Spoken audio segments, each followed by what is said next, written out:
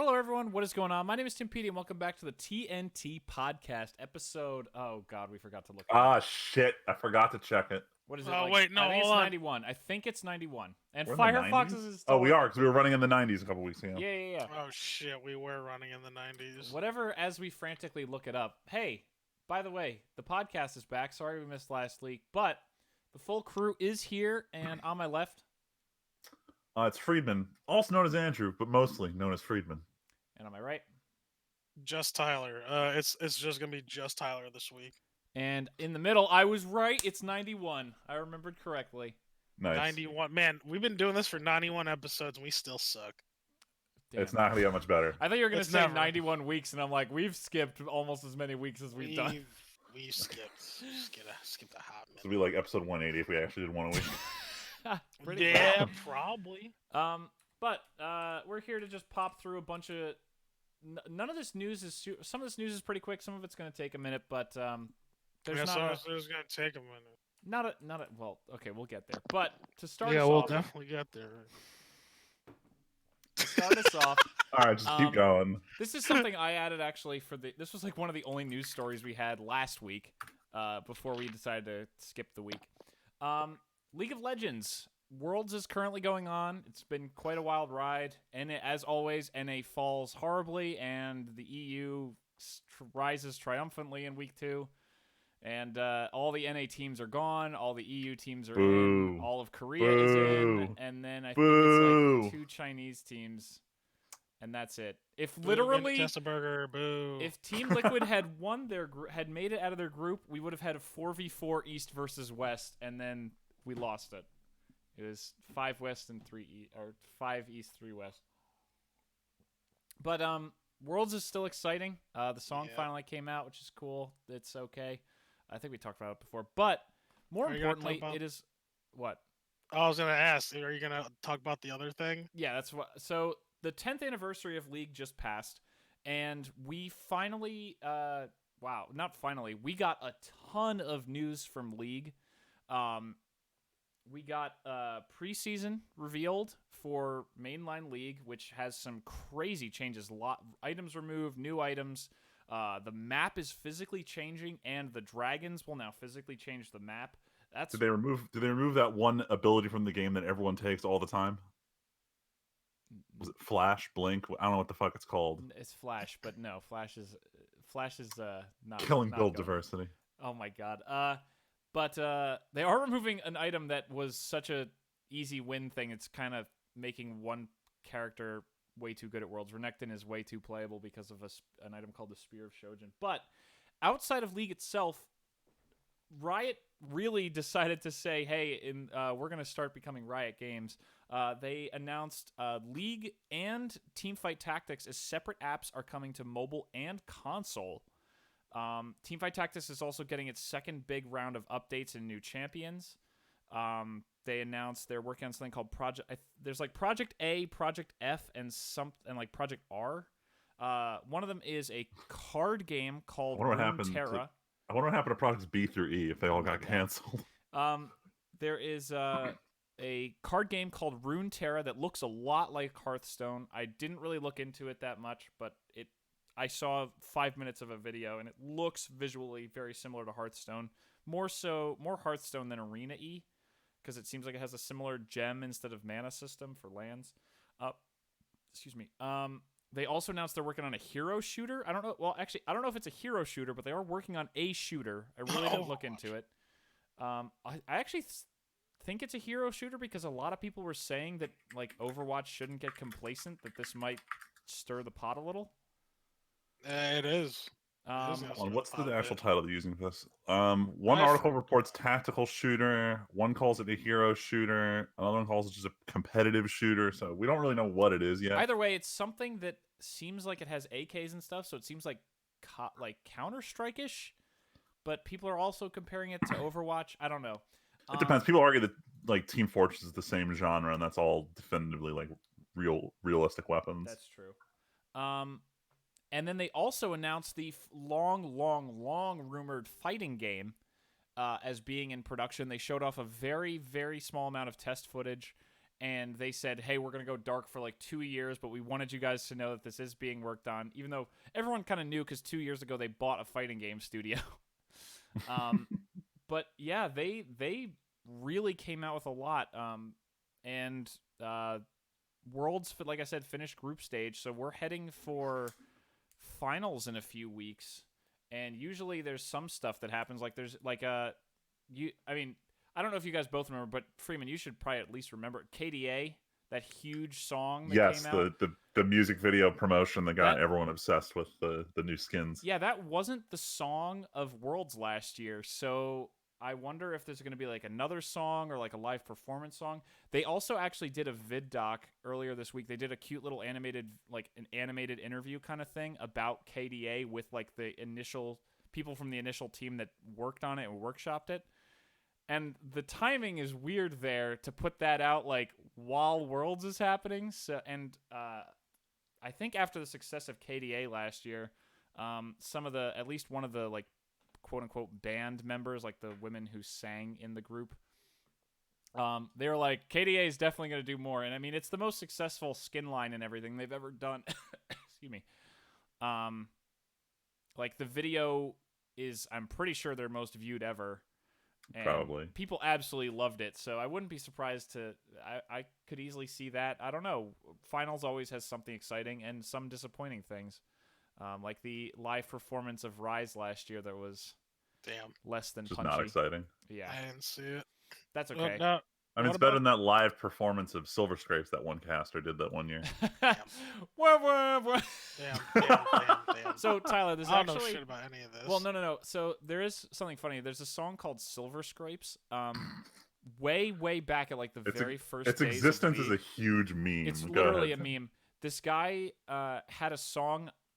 Like, I don't even think he, like, was selling it or anything, and Riot just used it as, like, in-between music for some of their very first live streams. Oh, that's not even it. It was not a good song. He was part of a group of songs that were, like, licensed out to use as just, like, this filler track used in between games. But whatever system was playing the songs wasn't jumping to the next song. So every time it went to break or anything, it played this song Silver Scrapes, and it was just, like, it's... Honestly, its chorus is unique. The rest of the song is just terrible generic dubstep. But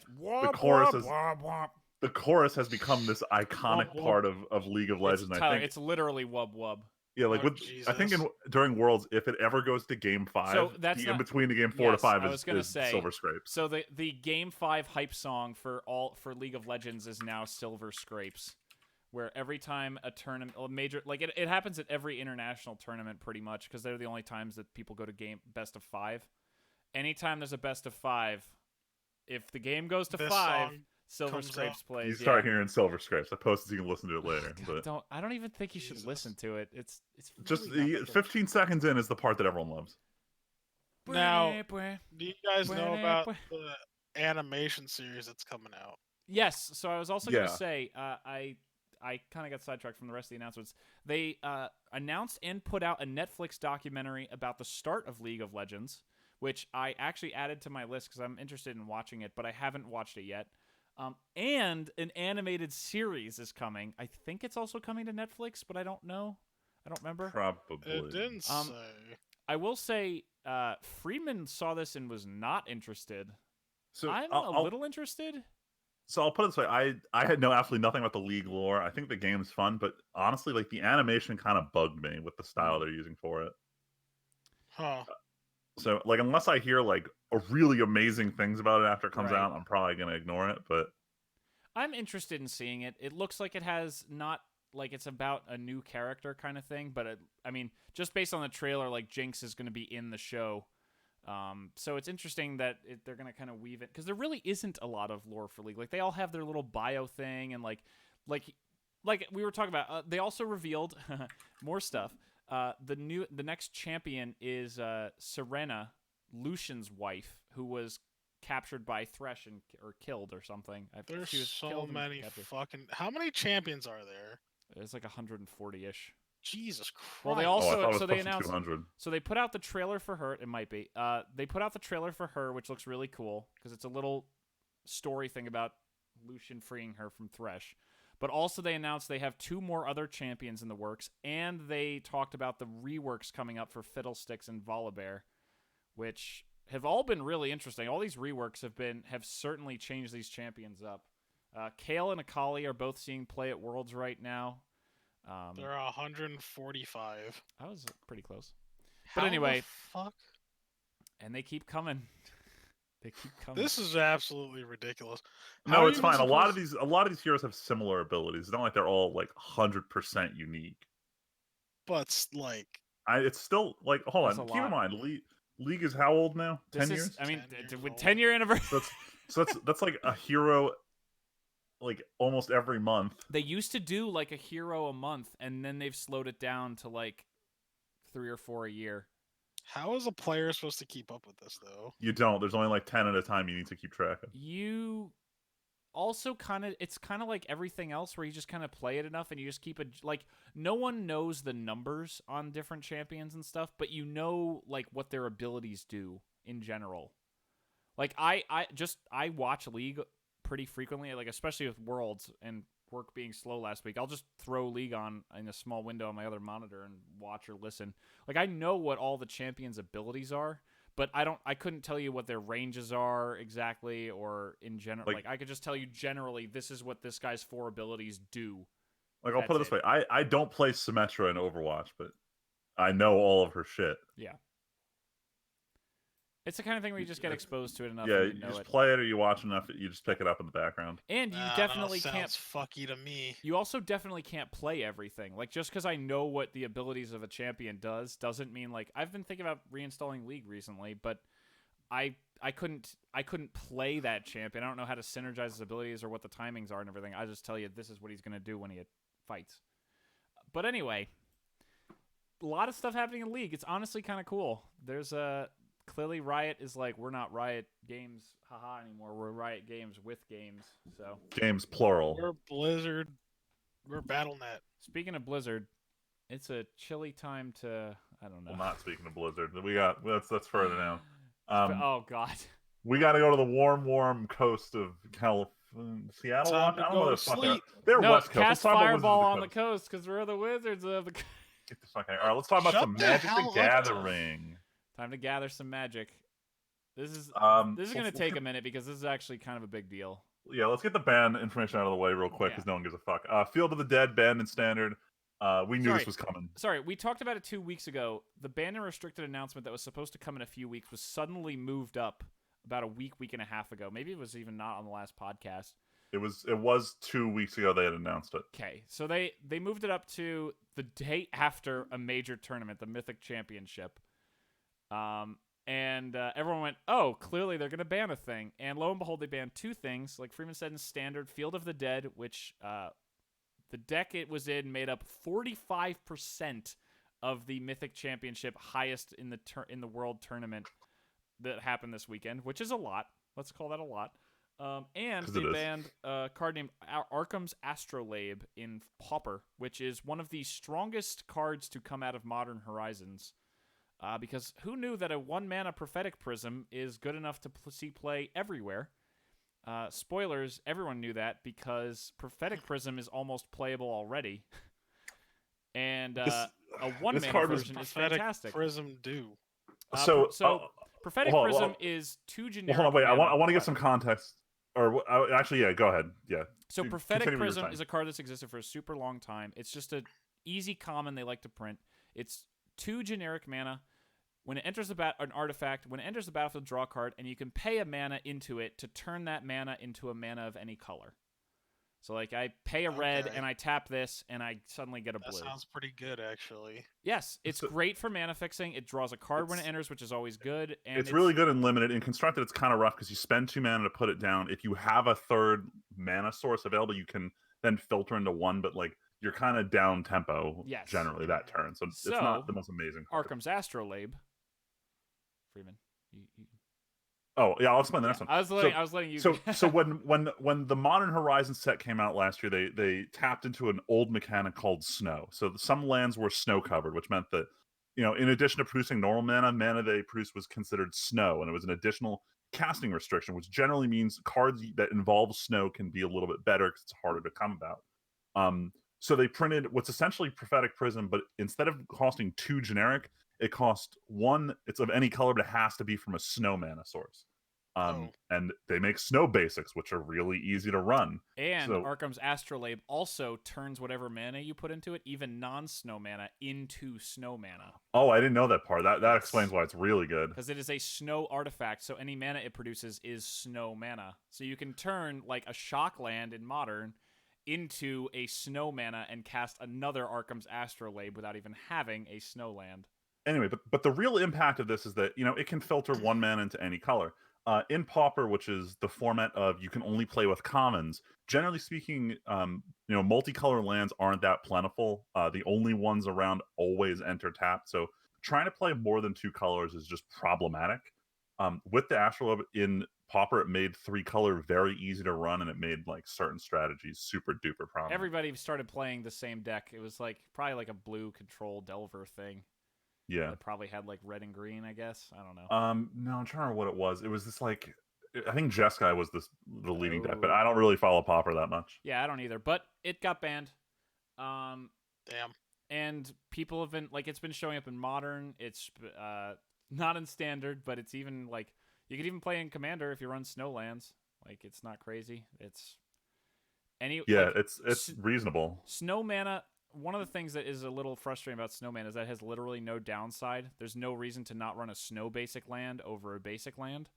And as if you look at Modern, everyone who's not like a burn deck is running Snowlands and Arkham Astrolabe because it's a 1 mana card that turns it into whatever color you need and draws you a card, which is busted. So Wurza is so good. But even on top of that announcement yesterday, we got a huge announcement. Magic is trying for the millionth time to have another format.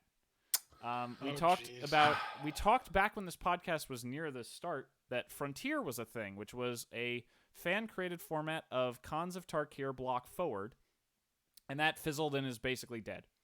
Then Wizards is trying to get Brawl off the ground, which is like Commander for Standard. But that's a rotating format. Everyone's kind of mad about that. Everyone's kind of like, this sucks. On top of that, everyone is super duper mad that Modern, the premier format that they unveiled in 2012, to be their non-rotating format that has, quote unquote, recent cards from Standard that we can reprint whenever we want, was how they build Modern when they launched it as a format. And then you can proceed, Tim. So Modern has been probably the biggest outside of Standard. There's Modern, Legacy, and Vintage and Standard, which are the 4 big constructed formats. Vintage doesn't really count. It's basically the other 3. And then Wizards also added Historic a little while ago, which is even funnier now that this exists. That Historic was in fact announced for Arena, which is Arena legal cards are going to be a non-rotating Arena format. We'll leave Historic out of this because it's becoming more and more apparent that Historic was not really thought through, and it's kind of just I agree, but I'm saying being mad. This is because we've been announcing formats like crazy for the last 2 years. Yeah. So now Wizards is ready to try again, and this time they're really throwing their weight behind it, unlike with Historic or any of these other ones. They announced Pioneer. I legitimately couldn't remember the name again. I was like, is it Frontier? Is it I couldn't remember. Pioneer. Pioneer is the name of the format, which sounds a lot like Frontier, which is why my brain freaked out. And it's I keep a little confusing weirdly the two close. But Pioneer is going to be a non-rotating format with all cards printed in standard legal sets from Return to Ravnica block forward, and the only ban list going into the format is the 5 allied color fetch lands that were printed in the Khans of Tarkir block.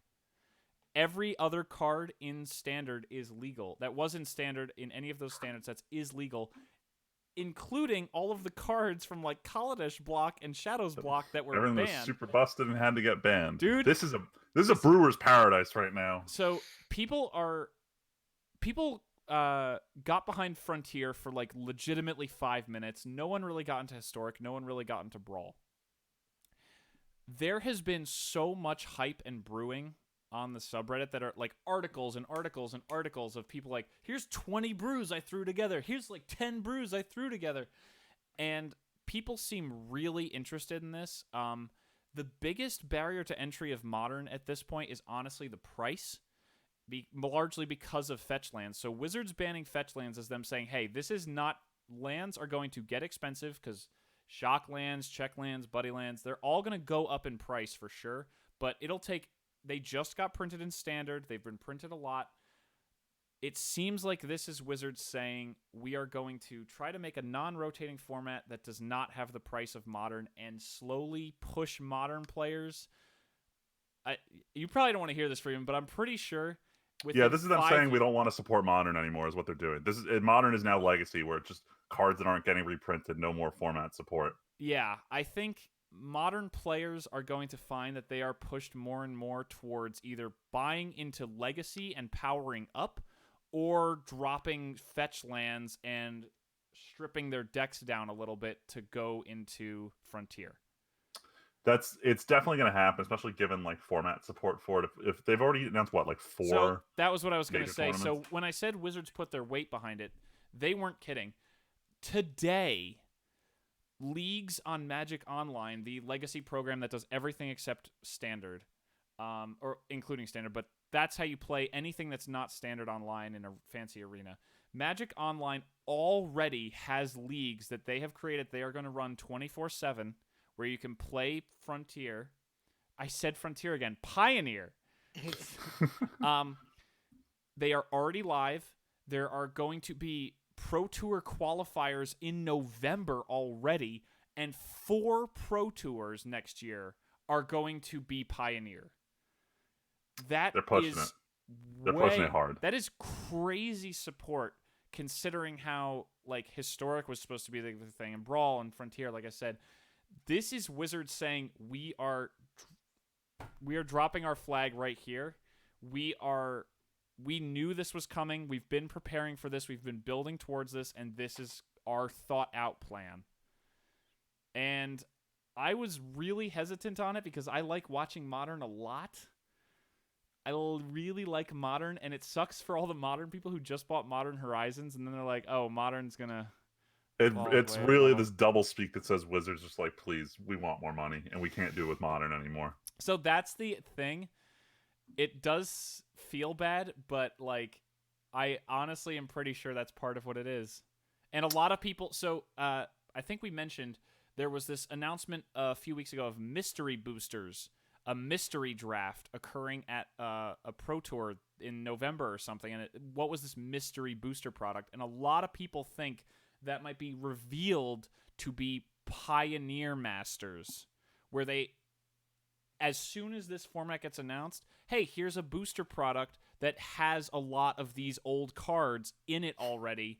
Just to clarify, we say old. This Pioneer goes back, I think, 5 years at this point. Yeah, Return to Ravnica, because 6. Because we've established that Ravnica, we seem to go to Ravnica every 5 years. Return to Ravnica was 6 years ago, so it's a much newer format than Modern. But still, a lot of these cards, while they were printed a lot of people who've been getting into Magic with Arena and everything, this is probably Wizards saying, hey, with Arena's popularity growing, we want to have a paper format that does cater to newer players but isn't just Standard. And Historic is clearly not working, so hey, let's get Pioneer. It's not an issue. It's not an issue of Historic not working. Historic. I just want to clarify. But Historic is just Wizards dealing with the fact that everyone doesn't want to admit that Arena is a Standard-only platform, so they conceded and made Historic. They announced 0 plans to release the. I think of the sets that aren't like in Historic, like I think 6 of them are in the client, and like 10 of them are just not developed. And they're not going to do that effort to develop them to put. They can't. They had to push back friends list stuff because they're focusing on bug fixes right now. Yeah, for a company that just doubled their staff, they still are so strapped for resources. It's hilarious. Just wild. I would hate to be a Wizards developer right now. God, can you imagine how much pressure there is with how much money Arena seems to be making? And I hope they ain't for real. Like that's their golden cow right now. Yeah.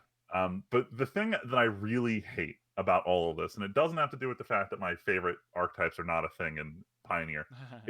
I don't like the naming convention they're going with here. So Modern was nice and dandy at the time, but the problem is they chose Pioneer because it's the whole idea of going out and exploring something new. But in 10 years, that's not going to be a good name. This is like the new Super Mario Brothers 2 type problem where we already called it new. What do we call the next one? It's kind of funny that the best names are Legacy and Vintage. Those are perfect names. They couldn't be better. When they came up with Historic, and someone was like, "You mean to tell me that Modern is an older format than Historic?" Like, it's a bad naming scheme. I hate it. Sounds like you're playing a bad game. So. Damn. Like, Pioneer sounds cool if you're like, oh, it's like standard, but you get to explore a little more. But like, give it 3 years, and this is going to look absolutely nothing like any of the standards. Yeah, that these cards were in. So a lot of people's impression is this is going to start out exactly like standards. Like, they're going to take all the best standard decks. A lot of people are already talking about Copycat.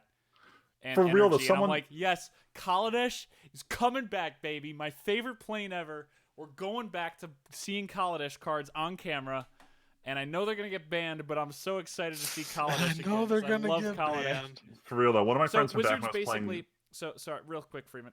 Wizards basically said in their announcement of this format, we're banning the fetch lands. We know we're going to have to ban more stuff, but unlike with Modern, where we had this ban list and they've taken a few things off over the years, they are going to start with nothing banned outside of the perfect and let the fetch community lands. Figure out exactly what's and busted. As soon as they see, like, Felidar Guardian and Saheeli was so good, it was emergency banned. It wasn't just banned, it was emergency banned. It's probably going to do really well when you have, like, Sphinx's Revelation for backup and shit like that. So, but everyone's like Thoughtseize, although, Freeman, I will say Thoughtseize, everyone's like Thoughtseize is the greatest card in this format. So because it is the greatest card in the format. And Liliana, you can build Jund practically. Anyway, it's the Rock. It's back. But these cards are really good. Like the Rock. Real quick, Tyler, the Rock was a nickname for this green-black deck that just would grind out your opponents. I don't know why it was called the Rock, but everyone just refers to the green-black archetype of just pretty sure grinding out your opponent with value. On it. Just calls it the Rock. And people will add other colors, but the second you go back down to just green and black, it's the Rock. And people just start making Rock jokes about that deck. Jeez. Regardless, like, do you smell what the Rock is cooking? Oh my God. Yeah. I'm sure people have so many times made that joke. But regardless, we'll stop there because we've been talking about this for a hot minute. But what do you mean? Oh my God. We'll talk more as the format figures itself out. Right now, it's a financial disaster. Yes. Don't buy into this format. So here's one really kind of shitty thing, actually, that you can at least appreciate, Tyler. People looked back and noticed that a lot of the best cards in this format started getting bought up 9 days before the announcement, which means that probably, apparently about a week beforehand. So apparently about a week beforehand, people data mined the Wizards WPN app or something like that. I'm going to step out for 1 second. Keep it rolling, but you might want to pause after this topic. That's fine. Wizards apparently... not Wizards again. People data mined Wizards, like, store locator or something, or, like, event locator app, and found references to this format, and people guessed, quote-unquote, what was going to be in it. But these buyouts started 2 days before the update that revealed that. So a lot of people are like, man, that's pretty shitty that apparently some MTG finance fuckers found out about this and bought, like, Saheeli Rai, like I said, the Copycat combo that was in Standard, where Saheeli Rai was a 3-mana Planeswalker from Kaladesh who could make a copy of a creature you own, and there was a creature in that exact set, or in the next set from Kaladesh, Aether Revolt, that when it enters, you blink a permanent you control, and they could blink each other and you could make infinite. It's the original deck that did a similar thing in Modern was called Splinter Twin. And people noticed that Saheeli jumped about $3 or $4 compared to like the $2 she was worth. Which, if you think about it, for a card that was printed about 3.5, 4 years ago, shouldn't be that much money, and had no reason to jump outside of this. So so it's kind of shitty. It does mean it does worry me a little because just to extend the topic a little since Freeman stepped out. It's worrying because Modern is such an expensive format. Like we talked about how Wizards has been pushing for a cheaper format. Standard is supposed to be pretty cheap, and it's actually going up in price now to some of the limits of what Standard has ever been.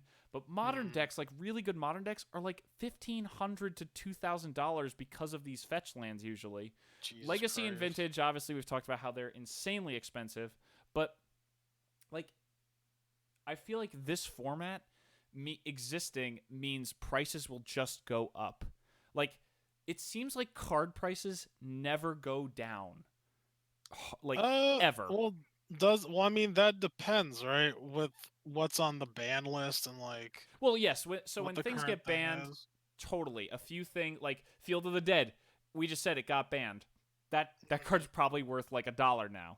People were already selling it as soon as they announced the move update. People were like, this is gonna get banned for sure. Like we hope other stuff gets banned, but this is definitely gonna get fucking banned. God damn. So that's probably been going down, but like that's one card. Whereas how many cards for how many decks? Like Saheeli, like I said, Thoughtseize was already a card that saw play in every format it was legal in. Like Black is going to be great. Liliana the Last Hope, a 3-mana Liliana from Shadows over Innistrad block that I actually have in my Zombies Commander deck. She already saw play in Legacy and Modern in Jund decks. She is also going to be an all-star for black cards in this format. Like Sphinx's Revelation, like I mentioned, like a lot of Return to Ravnica stuff is good. The Teferi that got rotated, hey, suddenly he has a home to be a blue-white control deck even more than before. Like, there's just a lot of things here that it feels like prices are just going up across the board overall, and Magic is just getting more expensive. And I feel bad for like people who want to get into it for the first time, right? Yeah, or like Commander. Like, Commander is where these cards can live forever, and that's why I love Commander. And it's like, I have, I'm pretty sure if I turn around and dig through my binder, I have a foil Saheeli that I bought for a Commander deck last year, when she was probably like $3. And if I go to TCG Player right now, and I look up Saheeli Rai, and I see what the price of she is already above $10. All right, sorry about that. Foil is $22. Which card is this? So I was talking about how a lot of the prices have jumped up, and I was crazy. saying that I bought Saheeli Rai foil last year for a few bucks for my Saheeli Commander deck that I took apart. Yeah. Saheeli Rai on TCG Player is selling for $12, and foils are going for $22. That's market price, but they are actually sold out. The cheapest foil on TCG Player is $32. Oh, jeez.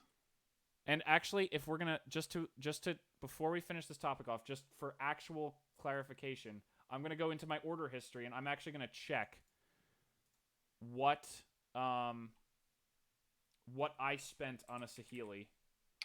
Yeah, so far my investment strategy of when a set rotates out of Standard, just buy what I want from it. That's been working for me so far. So I don't think I'm in the market for anything that's spiking outside of probably Ugin the Spirit Dragon. That's not really spiking that hard. Saheeli Rai I ordered for $17 foil, which was still a fair bit, but she's also, I mean, she was worth it for Kaladesh. But anyway, she is now doubled in price for the foil only because of this format announcement. Yeah, Freeman, you missed out. Kind of going on about how prices of Magic are only going up. Yeah. Like, this format's not going to lower prices anywhere. Prices are only going to go up for all these old staples that people didn't run, like Energy. Every card in Aetherworks Marvel also was another one. That's what I was trying to think of. That card that's a big one. Probably is going to triple in price in the next week or two. Because, hey, it saw Commander play, and now all these Commander good cards are going to be back into a format because they weren't good enough for Modern quite, but they also weren't in Standard anymore, and now all these cards getting pushed out. Anyway, we will change topics because we have been talking about Magic for 20 minutes now. But yeah, for so long. Let's go from one announcement of overall good to something that's I mean, this particular topic, I'm neutral on it because this was such a nothing burger of a trailer release. Hello, everyone. My name's Timpedia. I have done Star Wars videos for a long time, and the Star Wars Episode 9 final trailer, we swear this time there's no more trailers. Why would we put out any more trailers? Trailer came out, and I didn't watch it, and these guys did, so they're going to tell you about it because they watched it as the podcast started. Yeah. So So like, nothing happens in the trailer. nah, First of something all, happens. Oh. there's that one thing happens in the corner of the screen, and that's the entire point of watching this trailer. You see a figure who may or may not be Yeah. Emperor Palpatine. So I You will don't say, know. I saw a hilarious thing. I was on maybe it was on r/movies or just Reddit or Funny or something.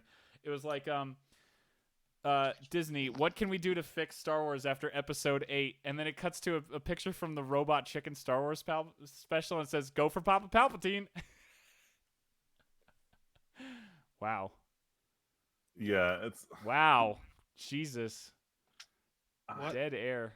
You guys It's clearly just- haven't watched the Star Wars special for Robot Chicken. No, I had a technical difficulty. No, it's fine.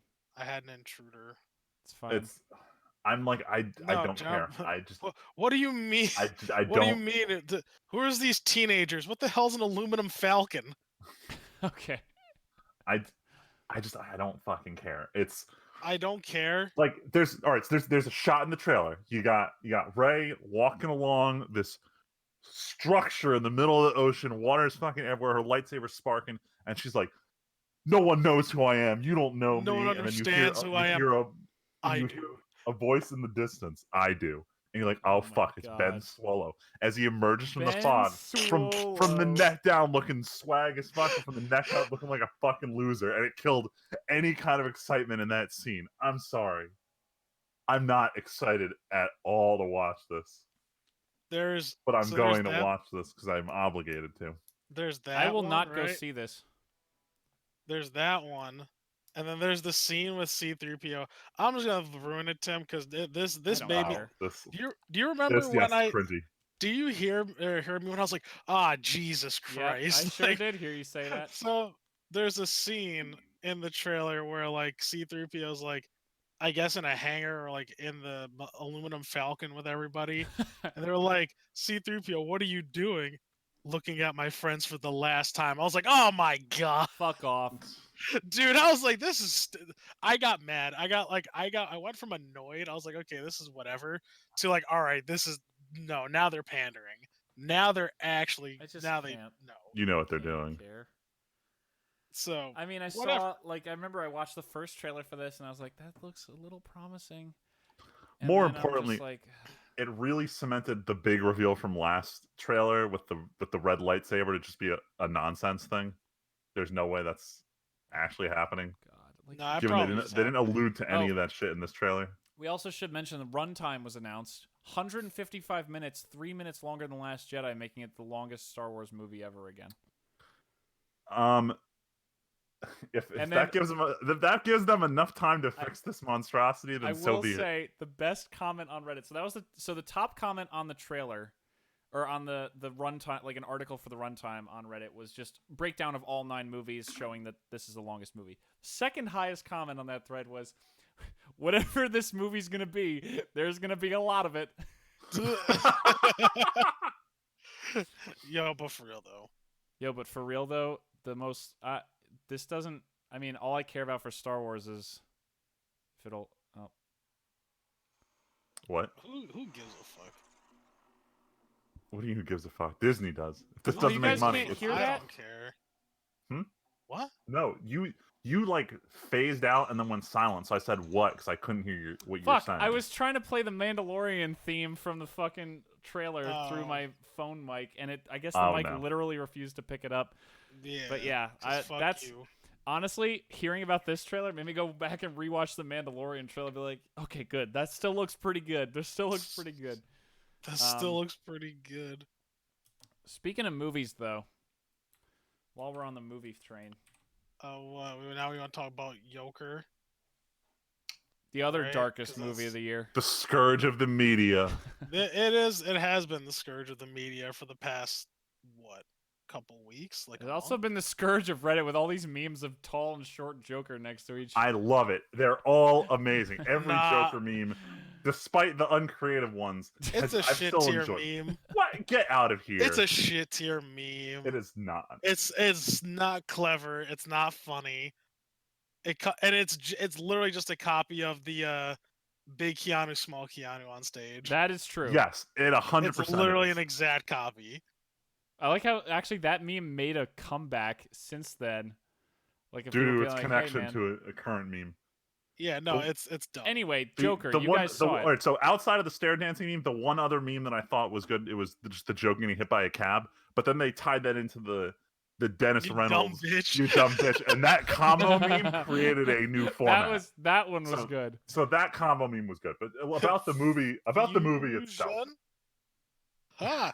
Oh my god. Yeah, no, I thought first off, I thought it was great because everybody's gonna say, yo, these incels, these incelibates, they're gonna shoot up all the theaters coming weekends.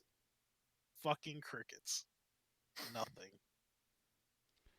Like nothing came from this. And like Plus people being next thing paranoid. people being paranoid. Then you had like we spoke about it on the podcast last time we were on. Like you had parents of like other of high schools coming out against this movie, all that stuff, and I don't know about you guys. I haven't heard anything yet. No, outside of the one creepy guy who was like doing a terror, like Oh a yeah, doing creeper the laugh. laughing. He was shit. probably laughing during the subway sequence, which you're not really supposed to laugh at, but Yeah, I did have a coworker apparently say he was like, "Yo, I was laughing at a couple parts, and while no one else was laughing, I was like, yo, oh Oh no. boy. like, Haha, I'm in danger. like, yo, we're good friends, right? God damn. It's like everybody's scared of me because I watch gun videos all day.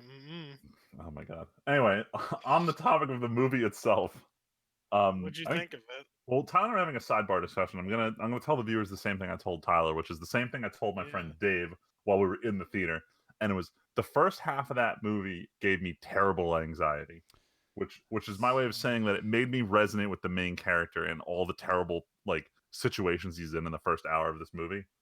And I say that makes it a good movie. It made me super uncomfortable the whole time, but that's just how good the movie was at pulling me in. And then Todd, I'm going to comment on the first half, or I should just jump to what my thoughts were on the second half. Oh, I'll comment on the or the first half being it kind of ties in with the second of like, I watched this and without all the other like side stuff going on, I kept forgetting at some parts, like for momentarily, just only moments, like this isn't like a Joker movie. This feels just like, just Like a a real movie, standalone, like an actual movie, not like your typical like, comic book movie. comic book movie. Like I gave the description of like especially like this first half, right? Like or first half, more like 2/3 of the movie, the first and second act are all just like, just Joker before he's Joker, Arthur. Um, and I just like it's good build up and it sets up a lot for his character. I guess like a lot of what I thought was cool was just that anxiety building shit, right? Yeah, Like every last piece of it, like him dancing alone by himself, and like him laughing when no one else is laughing at the comedy club. Like these are yes, things that you see in the trailer, of course. But like you see them and you're like, man, this is actually kind of weird.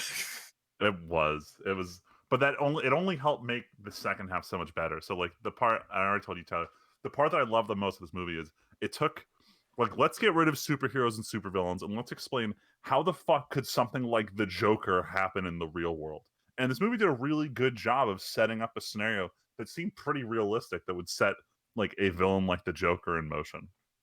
And I Yes. was really impressed by it. Like by the end of the movie thinking, wow, like nothing about that felt too outlandish. Everything in that movie could have happened to a real person. Yes. And I mean that's what I loved about the movie walking out of it. Uh, pretty much same. I would say it did everything right that I wanted. Like it had the setup, right? It had the development. Like nothing seemed out of place or just random, right? Yeah. Like there were some misconceptions. Like I was watching. There's one YouTube pair that I watch every so often. They reviewed it, and they're like, "Yo, it doesn't make sense why the crowd would all of a sudden just turn to riots." And we're like, "Did you forget like all this like Like everything's happening movie right now. building shit?" Huh? Well, like what they were just concerned about why the whole like city just broke out at the end, or they just didn't Yeah, they understand were like considered why why people all would do that. the they were like, well, why did the riots all of a sudden just happen? And I'm like, well, the riots didn't all of a sudden just happen. Like Like they in the show you begin- building up throughout the week. yeah, at the beginning of the movie, they say on the radio like, oh, Gotham is literally piled in trash, Yeah. and they're not cleaning anything up. And then what's his face? Batman's dad came out and was like, yo, everybody's a Joker. Yeah, no, they did a good job of showing the like the political situation escalating in the background. Yes. Like I like it didn't feel sudden to me. Like if you ask like, well, why was everyone suddenly rioting again? You can be like, well, like the most inspirational figure of the movement just shot someone on live television. Like it's a pretty big thing to happen. Yeah, the most influential, and like there's just a lot of things, and I could point to also like Joaquin Phoenix's you know performance. Oh, he did an amazing job. He did a good job, and I recommend people, if you like Joker, because I noticed most people haven't seen this movie, or sorry, who's seen this movie haven't seen Taxi Driver, which Robert De Niro actually played the main character, and I almost want to say they drew a lot of inspiration from that movie, and I haven't seen any like Lot of people been interviews or anything saying like that. that. Because it really is true, because it has the exact same premise, except um it's got this like super, well, not super villain, but like a huge villain like flavor to it. And I wouldn't be surprised. I haven't seen any like interviews about it, but I wouldn't be surprised if that's like one of the reasons why they got Robert De Niro as like a small like callback potentially to it. Yeah. So that's what I say. I recommend it if you're like a movie snob. I'd recommend seeing it. If you're One into Batman, you'll see it. one comment that was thrown around a lot right after it came out was that this movie was very violent. I don't agree with that statement at all. I don't think it was like that violent of a movie. Like there's one scene in particular that if you've watched any episode of The Walking Dead, you've seen worse than what this movie has. Yes. So I thought that criticism was a little overblown, but Maybe because it's too grounded. it felt too real. Might have been why it bothered I some could people. see that. I could see how it would bother some people, like especially like the last scene at the end, right? Where he's Yeah, on TV. I'm not gonna do any spoilers, but I'd sort of already accidentally said it out loud earlier. yes, But but I'm not gonna refer to it anyway. gotcha. Yeah. So, but during that, right, I had a coworker tell me, they're like, "Yo, that scene was fucked up," and I wasn't really comfortable with that. I was like, "But I mean, all right." But I'm like, you watch this and like you play this," and I was like, "You like John Wick though, right?" And he's like, "Yeah, that was great." I'm like, "What the fuck?" Like literally every 2 seconds, like something like this happens, and he's like, "Oh no, it just felt different." Like, and he even conveys like it just like it feels like something like that could happen, and I was like, "All right, I guess that's fair." But yeah, I liked it. It's up my weird like cringy alley. I like feeling uncomfortable. Yeah, it was a quality movie. Definitely Uh, recommend seeing it. you know what's a quality game that I don't play though? Is it Nice quality? transition. Let's talk about Overwatch very Shitty briefly here. transitions. Talk about shitty transitions. So Overwatch is back with its Halloween event. Hey, it's the same as last year. All right. Literally no one cares right now. There's a lot more skins around. They realize that I think player attendance is better when they do these events where it's like you have a week to win 9 games in quick play, competitive, or arcade to get a free skin. And this was their way of tying in. I'm just kind of lumping all this together. The way of tying in the fact that they promised they were going to bring some of the exclusive BlizzCon skins to all these games, and it's now been a full year since the last BlizzCon. They did not release the super cool Sombra skin. they're finally making it free when you win 9 games, I think in 2 weeks from the time this podcast comes out. Pretty cool of them. I like that they're trying to find new ways to engage you without just straight up being like, dump everything in the loot boxes. That's all we have right now. BlizzCon is coming up. There have been some unsubstantiated leaks confirming Diablo 4 and Overwatch 2. So if the Overwatch 2 announcement is legitimately real, that explains why there's been no PvE content developed, because it's going to be in its own separate game with a new engine. But we'll find out about that at BlizzCon, assuming it doesn't get shut down because all of the Winnie the Pooh cosplayers who are planning to show up. They're not going to shut down BlizzCon. No, they're not. They'll the live stream just might not fire off in China, but... or they won't just do the Q&A, and then people will still go fucking crazy. Dude, they're not letting it open. BlizzCon to pop off. They're not letting them do an open Q&A this year. I think there are a lot of people like pre-submitted questions. There's a lot of people who are very excited for BlizzCon to see what happens. I'm really hoping the same guy who said, "Don't you have phones?" to come on stage and be like, "Hey, don't you have computers?" and just roll the fucking Diablo 4 trailer. I want that to happen. That's not going to happen. It's not going to happen. They can't, because why would you also resurrect that happening on top of everything else happening at Blizzard right now? Yeah, they'll never admit when they're wrong. Like, I remember when someone asked about like WoW Classic before was a thing, and they were like, "You don't want that. No one wants that." And like, look at them now. But the second about Overwatch was it launched. So they were supposed to have a big launch event at the Nintendo store in New York City. It got canceled the day before, and Nintendo didn't say the event is canceled. Their press statement said Blizzard canceled the event. Oof. So they called Blizzard out to say that they were the ones who canceled this wasn't us. And Nintendo cut all marketing for Overwatch on Switch. So anything you see now is Blizzard marketing. But Nintendo has stopped supporting, like, showing off Overwatch, which is very interesting to hear. I don't know if it was Blizzard or just Nintendo is very anti-China, which Japan has a tendency to be. Regardless, it's interesting to see Blizzard just get shit on for all their bad decisions lately. They have been getting got. Everyone's getting got. Yeah. Oh, hold on, I'm getting... Are you getting got right now? Yeah, he's getting got. All right. Well, that's happening. I guess I'll move on to the next one. Does anyone else have anything to say about Overwatch? I don't have anything to say about Overwatch, and I don't really want to get into the whole Blizzard thing, because we actually that mostly unfolded since the last podcast, right? Yeah, most of the shit has gone down since the last time we recorded. But, like, it's just so not fun to talk about.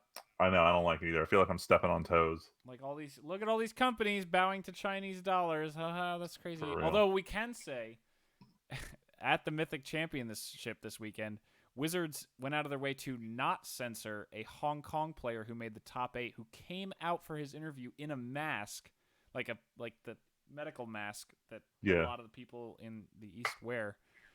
Wore one of those and said, "I'm glad to play somewhere where I can be free," which is just wow.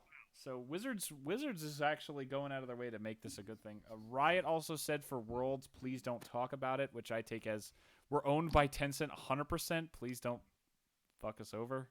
But also, we're not trying to clamp down. We're just not wanting anyone to talk about anything.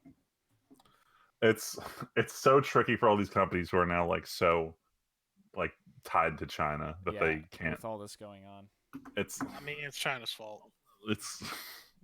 Look, you can't just go around saying it's the Chinese government's fault and expect anything to fix itself. It is. Musician China's fault. It makes you feel better. So yeah. Speaking of China, let's hop over from China. They're not even close. I was trying to make my transition talking about enough of this disappointment. Let's move on to the next one. But Pokemon just keeps hitting us with the shit that riles up the community. 2 weeks ago, they put up a live stream. It looked like a camera in the middle of a digital forest, and they said, "I wonder what new Pokemon we'll discover during this 24-hour stream." Oh my gosh! For the love of God, they trolled the shit out of us. 19 of the 24 hours was nothing. Nothing moved on screen, and occasionally this Pokemon they showed off at E3, Impidimp, would walk on screen and he'd block something. You'd see something rustle in the bushes, and you see something about to come out, and fucking Impidimp would walk in front of the camera and be like, "Huh?" As you see the bushes move, whenever it was, you don't see it. So they spent 24 hours just baiting us until finally, they reveal Alolan Ponyta, which looks like some My Little Pony shit. It looks beautiful. It Speaking of which, glows that up. My Little Pony magic product came out. Anyway, Now we're I not gotta look talking this about up. that. I know, but it's just funny that you said that.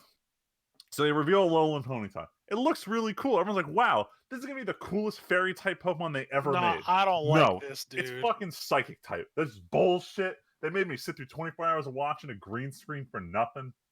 Anyway. Dude, I don't like this. This angers me. Why? Why do you like it? Oh, I don't know. It's only like you said, it looks like some My Little Pony garbage. I think it's fine. I like the regional forums on Pokemon. I think it was a great decision. You know why? Because they're gonna be clopping to this. But I want to see Rapidash as a unicorn. No. Yes, that's what I want. There are better ways to do this. Point is, this one is a version exclusive to Shield, whereas I think Farfetch'd Evolved form is now like exclusive to Swords. They're starting to draw the line that what's going to be version exclusive, which I fucking hate. It's just a money grab. But then a week later, like, we have another big special announcement. Please come back and watch this one. So they did a standard like Pokemon Direct for this one, and we already knew about Dynamaxing, which is when Pokemon can blow themselves up to stadium size, which is meant to replace both the Mega Evolution and the Z move mechanics from the last two generations. And a leaker came out, I believe it was like middle of the summer, where he just straight up leaked all the shit Nintendo was going to announce, like in order. And so far, every single thing he said has been right, including one that I thought was weird. He said, in addition to Dynamaxing, there's going to be Gigantamaxing.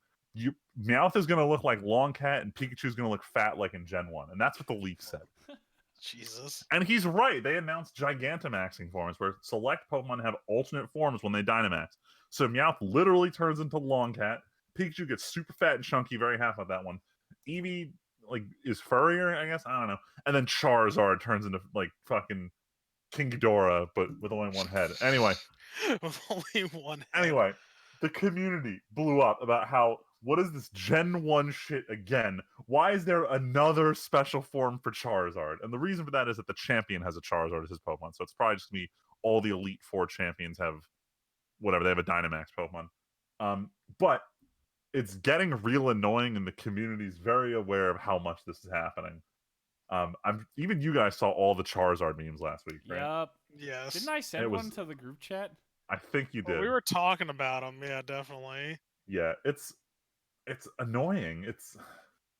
And I don't know how to get this point across to Game Freak that, like, it was cool when you did it in X and Y. It was fun when you did it in Pokemon Go. It was annoying when you did it in Sun and Moon. This is just infuriating. Like you have 800 Pokemon to play with, and you're like, nah, let's take this 150. And by 150, I mean 149, because fuck Raichu. Let's take this 149 and only work with them. Anyway, that's it for me. Let's be honest, though. They know sells. damn well that people are still going to buy these things, though. Yep, just like Friedman. Here's the thing. Confirmed buying Sword and Shield. I'm not, but here's the thing. I keep forgetting that everyone is aging. So someone made a thread on the Pokemon subreddit about how much they can't wait for the Diamond and Pearl remake. It was the first Pokemon game they ever played, and everyone was like, "Yeah, I was like 4 when that game came out." Now, and so one group was like, "No, Black and White was my first Pokemon game. I can't wait for that to get remade." And I'm sitting here, I'm like, they don't like. We're pandering out to Gen 1, but like the current kids who are like 12, 13, like still play Pokemon.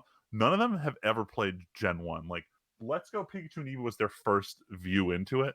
Like, they don't have the same sentimental connection to numbers 1 through 150 that like the kids who were like kids in 98 have. Yeah, so you got to resell them on it. I'm wondering if we're gonna see a new era where it's just like, let's go all in on Pokemon from Sinnoh for the next year, because that's the next like what's the term I'm looking for? Like generational grouping. That's the primary target.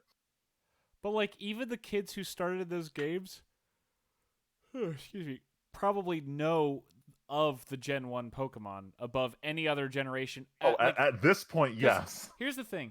Even if Gen 1 isn't their first gen, or it's not the one they know the best, for everyone it's the one they know the second best. So what do you cater to? You cater to what everyone knows a good bit, and don't try to pinpoint on another generation. God, I fucking hate this. I like hey, like This is a bullshit. Pokemon like Oddish is not that special, but it was in the first one, so it's fucking special and it's got to be everywhere. Like it's that dumb shit. Like they're so afraid to make new Pokemon. They have 900 to play with, and they're so hyper focused on 1 through 150. It that also it's just, doesn't help that the people who are in their mid to late 20s now are the people who grew up with Gen 1, who are like, okay, we've been pushing forward, but when can we sneak some of that back in there? Or like the references in other games, or like people talking about it. Like, it doesn't help that most people who are like YouTuber age probably know Gen 1 a lot. It also doesn't help that Pokemon Go launched with Gen 1. I hate this. I hate everything about this. But more importantly, I forgot to put this on here. Game Freak's A-Team, the one that didn't want to work on Pokemon anymore, to work on their brand new IP, Little Town Heroes. That game launched, and everyone is in perfect agreement. This game is bad. It's first of all, it's only $25. It's not a full game. It's got some card game component to it, but the battle animations are the most Game Freak shit I've seen. It's the same animation loops over and over and over again. The same Game Freak shit. It's just a shit show. Like, I had hope. I was like, you know what? If their developers really want to go and work on something, whatever. Let's see what they think they can do. Sure. But this ain't it. This is the same shit. It's the same bad Pokemon game with a worse gameplay loop. Fuck Game Freak. Let's stop talking about this. Let's talk about something that's gonna be alright. Let's end on a higher set of notes. I don't know. That's right, because it's time for the Weeb shit. Yeah, yo, I just want to start off by saying I read this as stupid titties. What? Oh, for some reason. For some reason, unknown reason. The line I have written down is stupid titles for upcoming light novel adaptations. The thing I was going to say is the current season's in full swing. I don't expect there to be too many announcements, but for some reason, certain studios are announcing which light novel series are going to get adaptations much later in 2020. So not necessarily next season, but I believe the season after. And the two that I saw this week that had the most ridiculous titles. The first one is I've been killing slimes for 300 years and maxed out my level. And the next one's called Suppose a Kid from the Last Dungeon Boonies Moved to a Starter Town. And we're reaching a new era where it's not an isekai because none of the characters came from another world. They all live in these fantasy worlds that have video game mechanics, and they're all just absurdly overpowered. And that's it. That's the plot of every single light novel series to come out last year. And that's what we're going to see as the new trend in anime instead of isekai, because everyone's getting real tired of it. It's not going anywhere, but people are getting tired of it. I'm getting tired of this. I don't even watch these. Who are watching all these shows? Can I just ask? Friedman. so yeah, I want to watch a couple because a lot of them have comedy aspects to them. But the only one I've started so far that I'm on the fence about even watching episode 2 was the Even High School Prodigies Have It Easy in Another World, and I'm not sure there's any actual entertainment value in this show. I watched The Wise Man's Grandchild because I thought it was be interesting. I realized, wow, except for the main character getting engaged, there was nothing unique about this show. And then Isekai Cheat Magician happened, which I didn't have time to watch, so I didn't actually watch last season. But I was informed that it's the exact same show. It's just this overpowered guy getting into fights where he never loses. And we've seen so many of them that there's one show this season I know Tyler watched the first 2 episodes of, which I did as well. The overpowered hero, or the overpowered hero is Overly Cautious. Yeah, and it follows your normal isekai setup where goddess summons a hero in another world and he's overpowered. But the thing is, the story is not about the overpowered dude. The story is told from the perspective of the goddess, who's she's this. How do I put it? She's Aqua from Konosuba. She literally is Aqua. And it's a comedy. It's not about the main character being overpowered and overcoming fights. It's more about this goddess fucked up and summoned this weird ass dude, and now she's got to deal with this OP hero subverting all of the tropes. So I was gonna ask, do you think Konosuba would be as big if it wasn't first like it was? Because Konosuba really seems to have been the first funny isekai. In terms of comedy, yes. I don't think I'm watching this only because of Konosuba. The first episode alone was funny enough that I wanted to watch more. If Konosuba came out today, would it be as big? Because there's been so many other funny isekai at this point that are. Well, there hasn't been an insane number of purely comedic isekai. There hasn't. been an insane amount. Like Konosuba is still kind of unique in that regard. Okay. I think it would still be huge. Like, here's the thing: Konosuba 1 didn't explode right away. It came out, it kind of was like mellow, and then it got like a lot of hype. Right, like this was the last episode when they announced season 2, and then in that break, it kind of ramped up, and everyone got really excited, started reading the books and whatnot. And season 2 launched with insane numbers. So like there was a huge growth in the fan community before season 2. So like Okay. it didn't shake things up when it came out, but it left a lasting impact. Okay. It did ramp, it seemed like. Yeah. Like I didn't start watching until the second season either. Like I think watched we the did first either. one just because episode 1, like the moment I knew I wanted to recommend that show was in episode 1. They like if this is 10 minutes in the first episode, Cosmo and Aqua gets the world, and Aqua just starts screaming in Cosmo's face and shaking him by the shirt, and then just the pause screen comes up for the commercial break. And I started laughing hysterically. I'm like, I gotta tell everyone about this show. Like that had a strong first episode. I think the scene that solidified it for me, and I've said this a few times, was just like it's the faces sometimes. For some reason the faces get me. And that scene where they're where they were in the barn, or no, they mentioned They're they were in talking about the barn. That Yeah. They're like, oh, I just kind of left you to your own thing, and he's just like, thank you. Thank you. I was like, what No, but like season 1 was good, but when I knew we were working with a real masterpiece, it was I think it was the first couple episodes of season 2 where they're like, Cosmo, do the trick. And he goes to do the panty steal, and they Yes! render this creepy hand motion in like Yeah. 240 That's so many frames. Anyway, this show is not anywhere as high quality as Konosuba was, but it's still funny. I don't know if I'm gonna watch the rest of the Isekais this season. There's one other about this bookworm girl I might try, but honestly, I'm kind of out of time right now, and I'm I already saw behind an on the shows episode I'm of currently that watching. last week. How was it? I didn't really understand what was going on. I didn't really like it that much. All I know is the two shows I actually have to start that I haven't started are Fate Grand Order Babylonia, because I really want to understand what the fuck Grand Order is about, and the second one is No Guns Life, because they confirmed it's going to be 24 episodes. That's about the guy whose head and hands are replaced with guns, and he's an ex-military dude, and he's trying to track down who did this to him. Point is, if it's 24 episodes, it means there's got to be something in there. So I'm going to give that one a shot. So Bionic Commando. Essentially. But let's get back into the news. Crunchyroll announced a partnership with Webtoons. For anyone who doesn't use ad blocker on YouTube, you'll notice that a lot of Webtoon ads lately are fully animated, almost episodes. And Webtoons does a good job of just kind of like taking their popular series and condensing to a 30-second advertisement. And they've been producing more of these animated ads. And Crunchyroll's now announced they're partnering with Webtoons to produce like full animated content for Webtoons. And I think this is Crunchyroll trying to find a way to expand their animation department. For anyone who remembers the High Guardian Spice controversy from last year when they announced their first original program that was immediately shit on because all the anime money was going towards funding what was essentially Steven Universe 2. And everyone was mad. So this is Crunchyroll's way of kind of getting into the comic market because Viz has the lockdown on manga. At the same time expanding their animation studio. So we'll see how that strategy pans out. I like Webtoons as a website. I'm interested to see what they're going to produce. Back to talking about Cautious Hero. So episode 3 got delayed. Not because of broadcasting problems, because the studio is straight up behind schedule already on episode 3.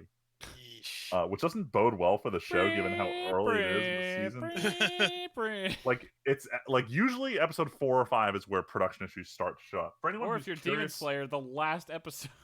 For anyone who's curious about how production issues happen in anime, I cannot recommend this show enough. It's an anime called Shirobako that is about an animation studio making anime that references very specific issues in the anime community. Like, there's one part where there's a character who's straight up Hideki Anno, the guy who made Evangelion, talking about the problems that went down when he made Evangelion. Like, this show is very meta, and it was a really good look into how anime is made.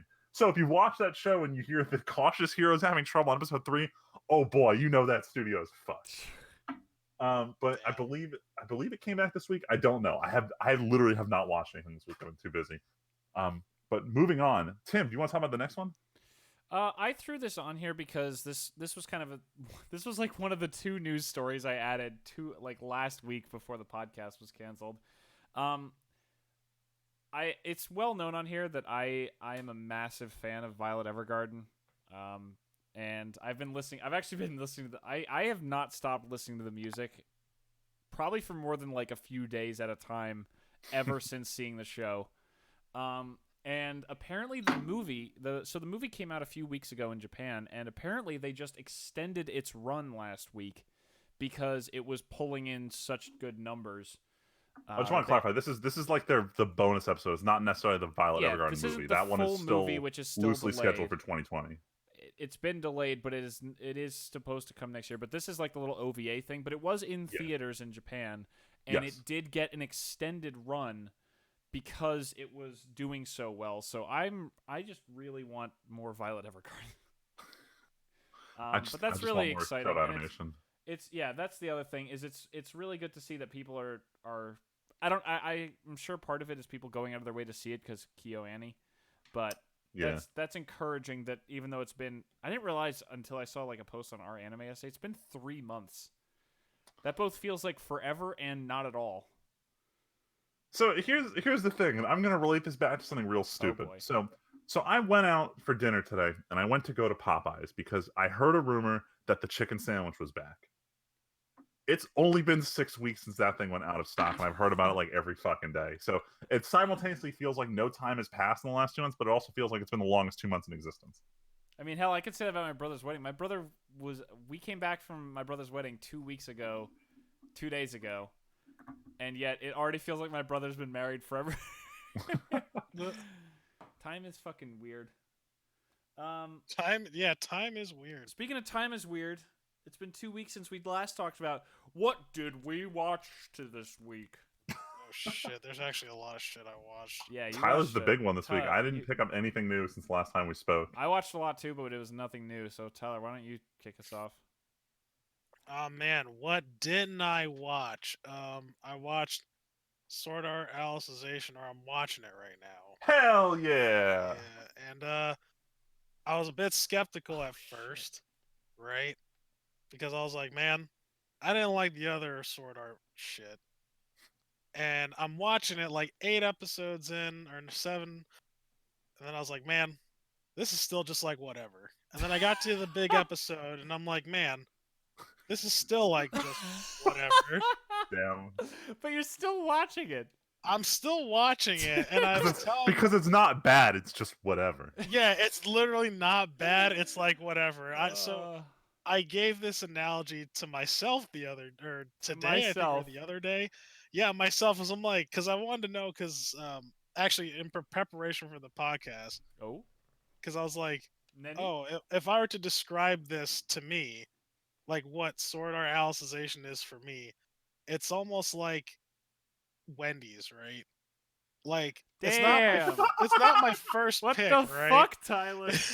Yo, it ain't my first pick, but like, it ain't bad though. Like, if someone were to say, hey, like Wendy's is like right up the road, I'd be like, I mean, yo, I could go for some Wendy's, I guess. Fucking damn. Wendy's is a delicacy for Tim.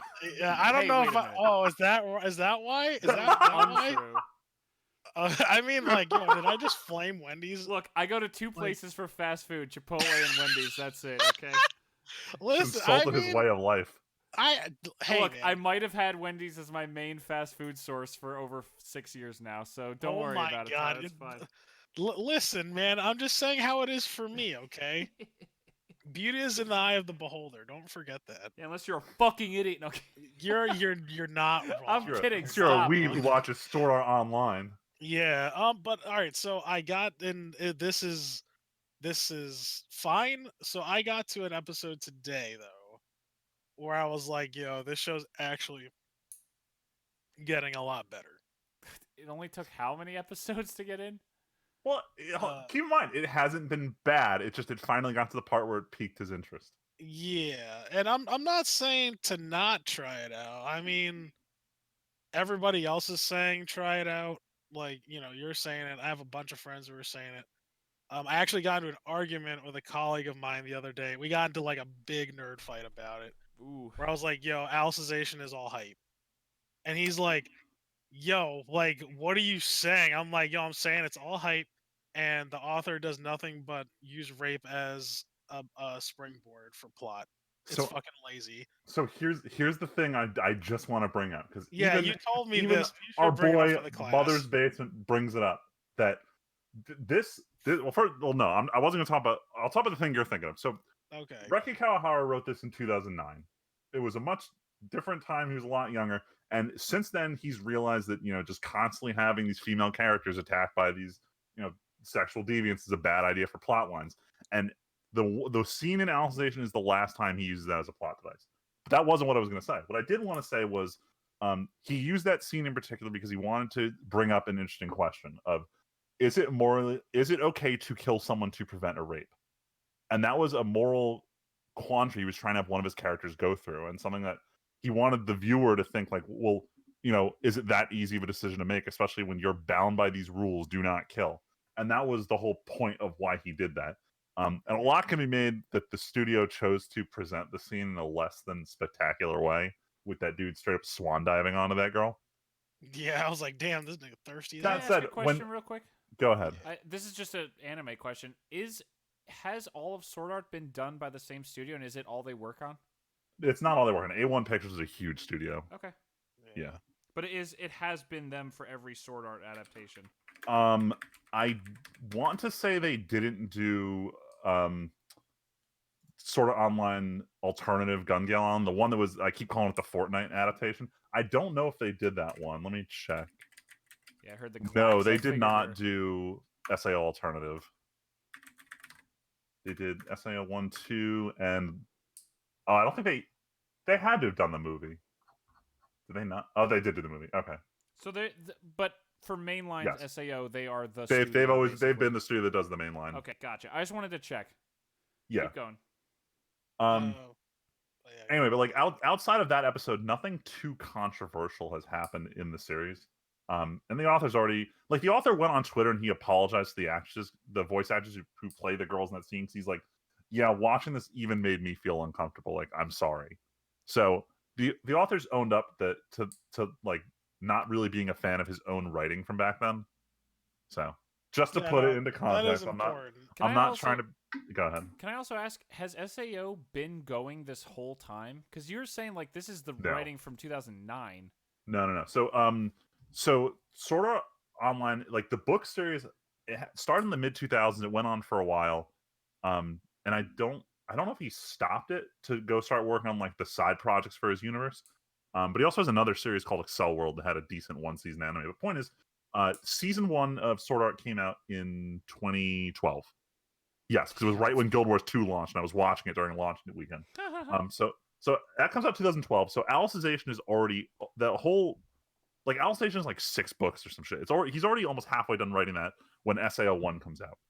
That's fine. I think like 3 years go by, SAO 2 comes out. A year goes by, we have Ordinal Scale.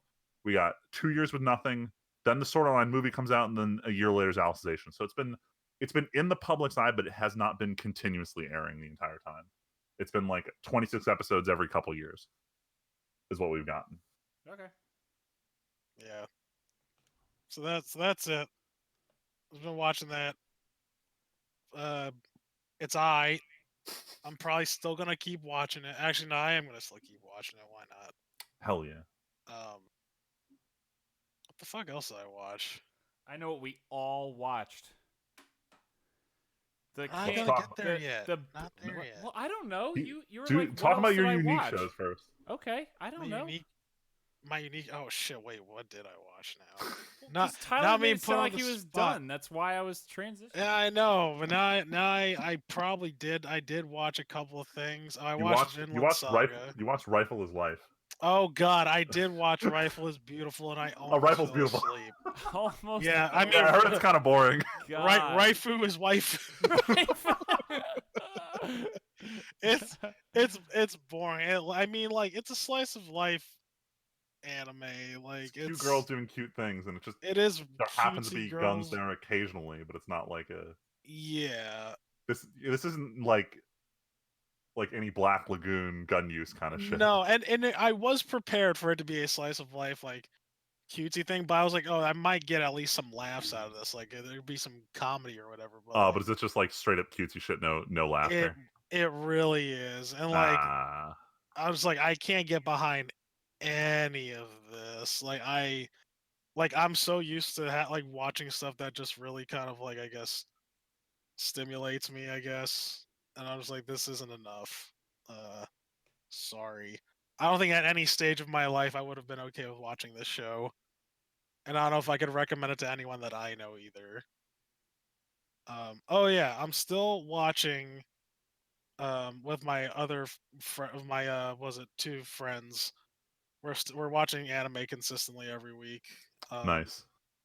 We're still watching Code Geass and shit, what's the other show? Oh yeah, since I am pretty much rewatching Iron Blooded Orphans. How is it on the rewatch, by the way? Um, I still think it's pretty cool. But like now I know things, and now when certain characters come up, I'm like, God damn it! Like this just hurts now. Oh yeah. Like this just actually hurts, and like even worse when this person died. It hurts even more now. It's gonna be real telling when you get to like the big character deaths. I know there's a few in that show where even if I know they're coming, I feel like the scene was done so well that it's still gonna be just as powerful the second time. Yes. Yeah. The other thing is though, I can't get over how bad for a Gundam show, how fucking shit tier the mechs are. Like the mech designs, Oh I my think they god, look they're like so garbage. generic. They're so generic. Even Barbados looks like garbage. I'm like, this Yeah. isn't cool. And then you go and we start watching Code Gas, and I'm like, yo, these are fucking lit. Man, I These miss when they got put fucking Heelys. rollerblades on their Yeah, dude. robots. It's amazing. I'm like, these are cool as hell. Even the generic ones look kind of dope too. Oh, with like the face The peels purple back. ones. Yeah, those ones Yeah, are like cool. I'm like, these are cool. But yeah, but yeah. So I'm still watching that, and if we want to talk about, oh yeah, Vinland Saga was good. A lot of people are saying episode 14 was a masterpiece. I haven't gotten that far yet, but that's It the was, general consensus. it was, dude. I was like, yeah, I think that was oh yeah, that was last week's, not this week's, last week's Yeah, episode. it's not the most recent episode. Yeah, dude. Because you know what? It's one of those episodes where it makes you remember who these people are that you're following. And you're gonna understand that. You're gonna remember those words when you get to that episode. Damn. You're gonna be like, "Oh Looking shit, forward yeah, to you're it. right." But yeah, I recommend Vinland Saga. What do you guys want to talk about? My Hero. Before we do don't My have Hero, to, real quick, yeah. I have one more episode of Chihaya Furu left in season 2, and I failed. I thought You didn't season make 3 it. started tomorrow. It came out It at 3 starts p.m. today. I Val failed. is probably watched it or will be or is watching it while we are doing this. Oh my Mission God. failed. We'll get them next time. I- I gotta so- finish season. I'm finishing season 2 after this. I'll watch season 3 probably tonight or Before tomorrow. I came up here, I turned on the episode by accident on my phone just for literally a second, and as soon as the little jingle at the beginning started, Val just turns and is like, "No, I can't." Oh, the 3 piano notes that every Chihaya Furu yep, fan knows. yep. That note haunts my dreams. Val was like, "No, no, no, stop." Jesus. I have to watch it on my own. It was very funny. But anyway, yeah, Chihaya Furu, quality show. If you like sports anime, if you like shoujo anime, if you like crying and feeling, and if you like card games with no motorcycles involved, this is a great 0 show. out of 10, no motorcycles card game. What was the comment on our anime about it? What a time to be alive. That's the top comment. Dude, we didn't think this was ever gonna happen, and I honestly need to watch the episode and see like how the animation quality is. Because there's a lot of rumors flying around that Madhouse isn't what they used to be, and I'm hoping this proves everyone wrong. That feeling when I 2 love seconds into the Madhouse. episode the themes started playing. Dude, I was listening to the theme song the other day, and like I started tearing up on my drive home because of how strong that show is emotionally. Damn. God. Anyway, let's talk about Hero Academia. My Macadamia Hero nuts. Macadamia, yeah. Academia. So Man, it was so. Oh. that episode was only 4 minutes long. I really Dude, don't understand what they're doing. We sat down and then 30 seconds go by and it's like the episode's already over. That's crazy. And the episode's gone. Yeah, I'll tell you what. All right, like no meme aside. Oh. Those first 5 minutes, dude. They were intense. A lot of people were surprised Whoa. they didn't censor it the way that they Dude, they thought were they were going not. to. They were like, "Hey, guess what? It's blood." Dude. Hey, guess what? This guy's dead. This That guy's guy's dead. dead. This This guy's guy's dead. I was arm's like, gone. oh my Like, God. fuck. Dude, Jesus. that was a wild, wild ride. And honestly, so because we have 2 weeks worth of talking, because we missed the first week. I'm gonna tell you what. I didn't watch the first episode. I skipped it. It's honestly not that bad. It is a recap episode, but they do kind of like The anime original parts were entertaining. I'll put it that way. Yeah, it's really not in terms of a recap episode. It's not like it's just hey, here's literally a recap. It really had at least a little bit of stuff to it. But yeah, the new episode. Talk about an episode where the first half and the second half could not be more disconnected. Very different. They couldn't have been more disconnected and different. Oh my god, but man, I am already scared of what the fuck is going to happen in this arc because holy shit. Actually, I'm trying to confirm this one fact before I say anything about him. I'm trying to pull up the voice actor for Overhaul.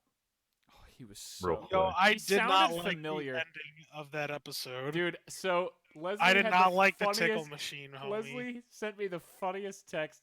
She watched it and she texted me and she said, "Yo, this is some dark web shit right here." This is Oh some my dark God. web shit. I was Damn. like, that's the perfect way to describe it.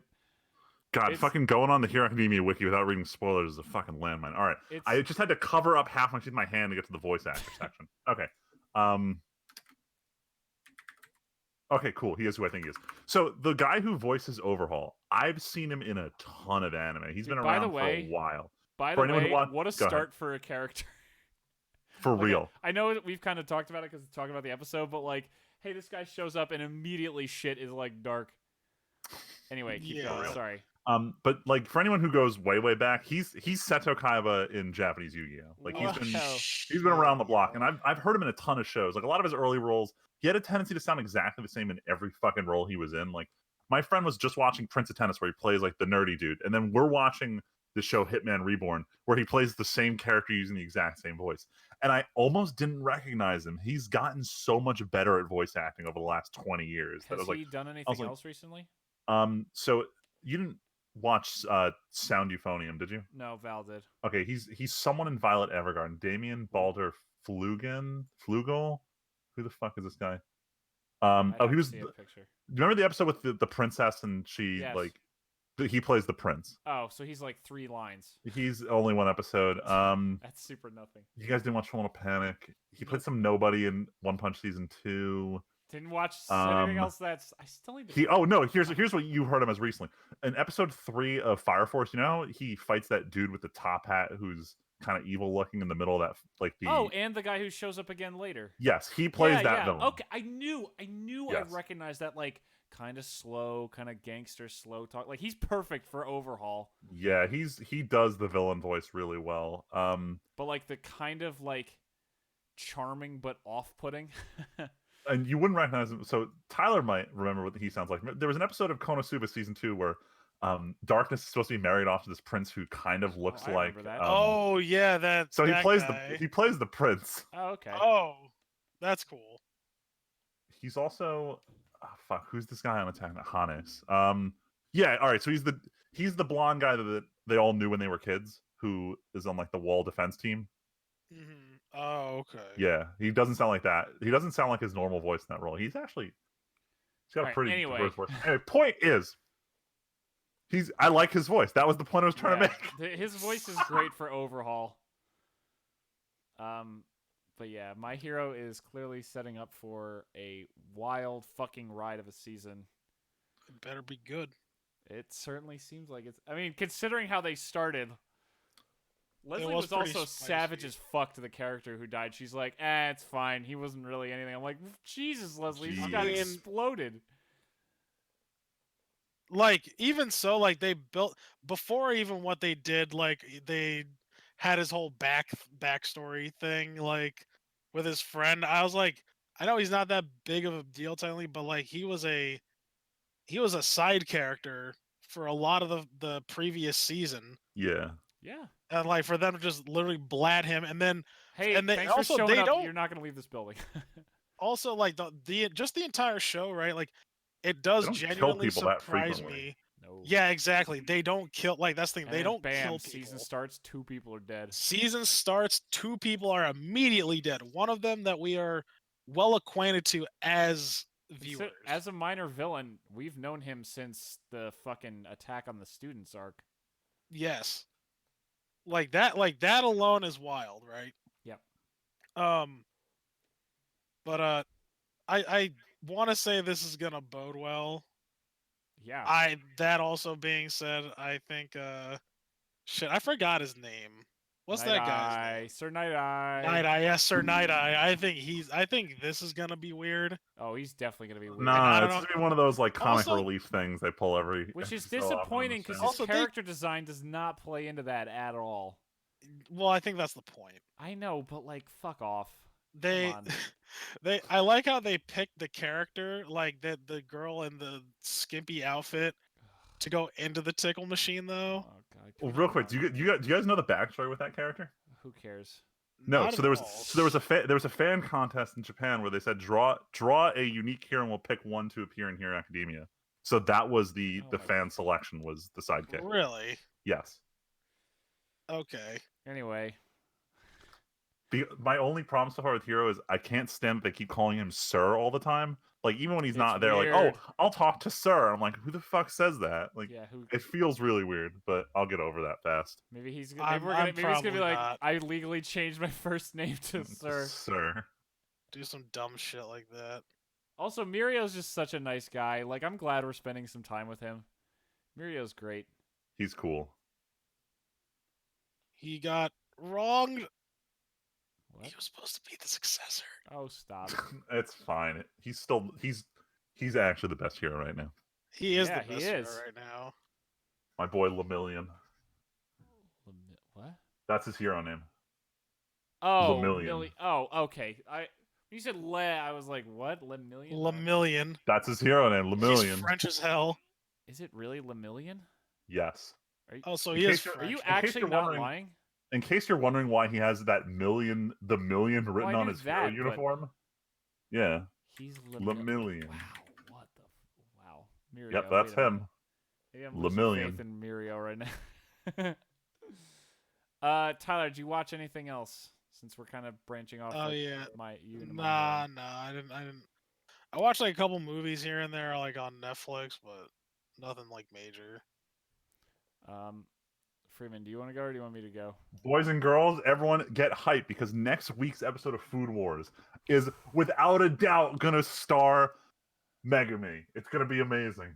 I can't wait to watch her lose. So if we're talking about Food Wars, talk about setting us up to fucking die next week. I can't believe what happened this week. Dude, Everyone's this just- week was Oh my god, it was a curb stomp. Dude, I mean, we knew. The intro of the show is like, hey, guess what the ending of this season's gonna be? Yeah, they show Hey, you what the final Hey, battle by the way, you know, these two versus these two, that's where we're going. So don't expect them to ever lose. Jesus only- Christ. The one thing that I'm really pissed about, and apparently a lot of people in the discussion were mad about it too, is like they built up Rindo Senpai last season. They finally show off her weird ass cooking, and then when it comes time to present her She dish, just her wins. dish is on screen for a half second, and there's no discussion about what her dish was. And it's like, Yeah, it was are better. we just gonna like ignore this? Yeah, that's We the only spent complaint. more time with the samurai boy who we've never seen before, and Mr. Copycat, and versus her and her number 3 guy. Oh, God. Another common complaint from the discussion there was how the first time Copycat dude Subaru loses, everyone's like, you need to learn how to do your own cooking and not just copy And he just people. comes back and does And it this whole again. episode is then cheering on how good he is at copying people on the Dude, fly. instead of backing down, he doubled down on Copycat. Tyler, there's literally a chef who lost in like season 2 to Yukihira, and he literally his whole gimmick is he studies his target and then exactly replicates their cooking.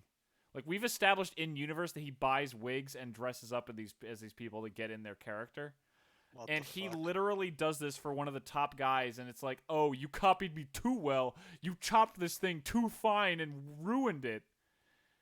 What and it's like, oh my god. But seriously, Freeman's right. Like after Yukihira beats him, they're like, dude, become your own chef. You shouldn't be all about copying everybody else. And then lo and behold, they call him back. He's like, yo, I doubled down and I created a brand new technique. I no longer need to prepare. I'll just copy him on the fly. And I good, can on the good, fly. We need you. It's like instant copy or some shit. I forget what it was called, but it's so dumb. It was really hype. But the problem was, it's becoming very obvious they're reusing certain animation cycles. Like they had this one shot where he cuts this fish, and I swear they used that shot 6 times. And then they have a scene where Subaru the copy dude is doing this weird ass flamingo dance to show his like flexibility and copy. But they show that shot 4 times. Every time they're like, oh, his copy technique, and it's just like, for the love of God, like stop panning over that one picture. So Freeman talked a lot about how in the last seasons, like the animation was clearly like barely on a shoestring budget, if that. Like this is so the same, where there is so much just still image or only mouth flaps over background of moving food with it while they talk.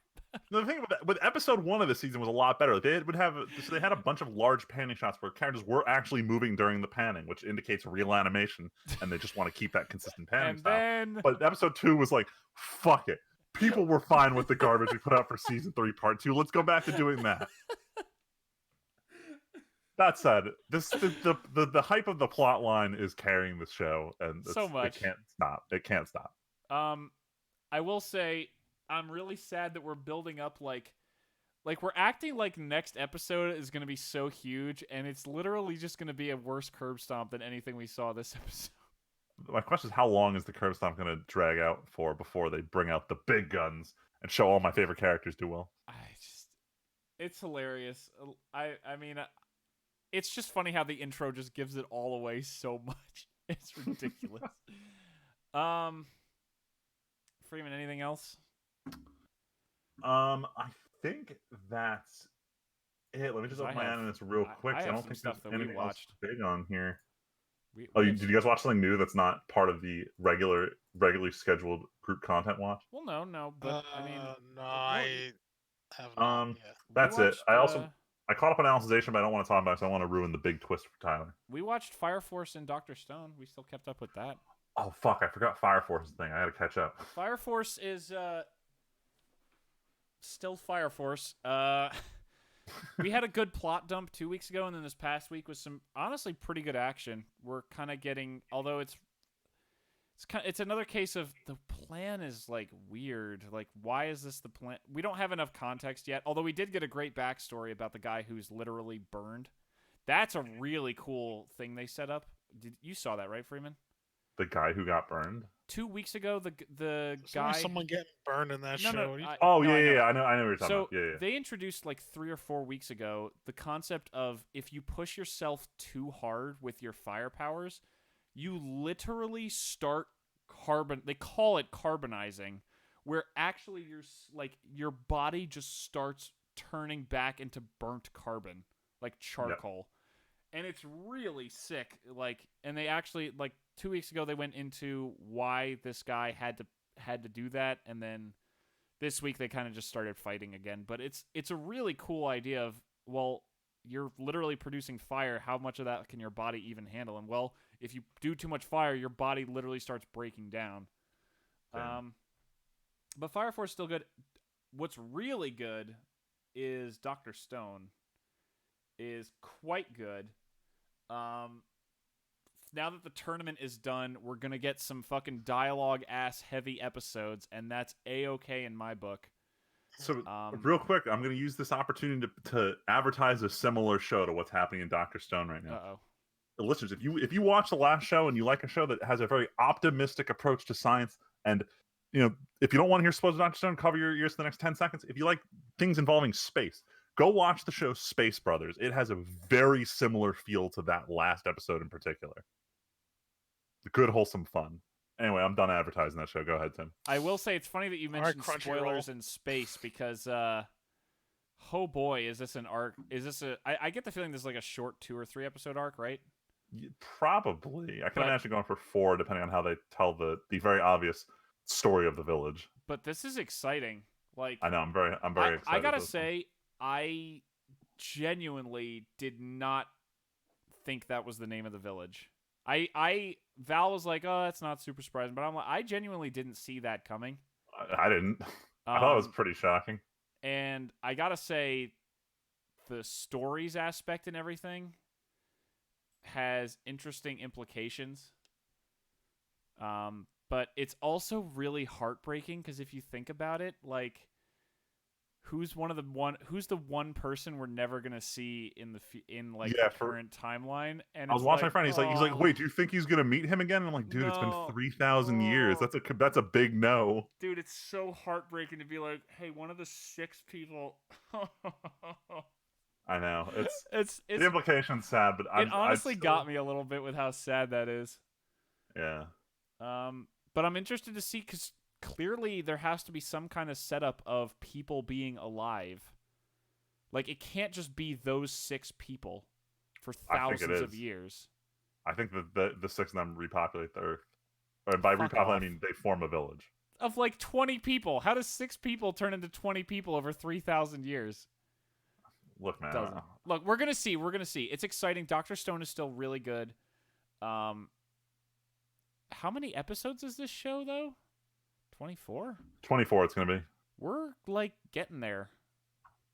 Like, if you think 2 more episodes for this flashback, that gets us to 18. That only leaves us with like 5 episodes to climax the entire season. Yeah, this is a Shonen Jump show. We're getting to season 2, given how well it's doing. I hope so. Also, because Crunchyroll's dumping money into it, and they are too. like the last show Crunchyroll dumped money into. We got a season 3 announced when season 2's not even a thing. Wait, which show? Shield Hero. Oh, wait. Oh, you're right. We did. Yeah, season 2 and 3 announced at the same time. That doesn't fucking happen. That's the new world of fandom, man. So look, if we're getting season 2 of Dr. Stone, I'm gonna watch this shit. It's a good show. We already did what we're watching, but do we want to do weeks really quick just to wrap things up? Because it is after 10. Be fun to play video games for a minute and go to sleep. Yeah, mine'll be real short. I just moved into my new apartment last week. I'm still in the process of moving everything, but it means that I don't have time to do jack shit. I just have to move stuff. So that's what I'm doing right now. From home to the apartment, like to move stuff. Not if you're like, all right. So not during rush hour traffic. It's only 28 minutes. Okay, so that's like driving to Leslie's house, basically. It's basically like 3/4 the way to Leslie's. Maybe a little 80%. Is it the same way, like 80 to? Yes, exactly the same way. Like if you take 80, I'm at the exit you take to get off of 80 onto Route 202 or something. Oh, okay, I got you. Yeah. Nice. Anyway, listeners, now you know where I live. So that's stop! great. No one even knows what you're talking about. Tyler, do you? I know you finished Horizon Zero Dawn this week. Yeah, I finished. To be more accurate, I finished the Frozen Wilds DLC, which is the expansion, and that was actually kind of tough. Surprisingly enough, you were talking about it when we were online the other night. Yeah, it was pretty cool. Also, I just started playing Chrono Trigger.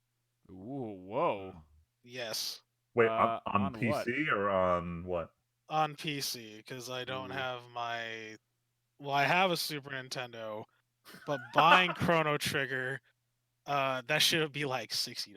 Yeah, no. Actually, probably even a lot more than that. Actually, probably I'm looking at like at least 200 maybe. Freeman, am I crazy or is there something wrong with the PC port? There was. They did a big patch to fix a lot of them, but when it came out, it was a disaster. Okay, because I thought I remembered way back in the day there was something, but yeah, no, I follow a bunch of channels like Final Fantasy Union, or they used to be the Dark Pixel podcast. Now I think they're like Resonant Arc, but they did all these videos about like what was wrong with it at launch and like how it's pretty much back up to snuff.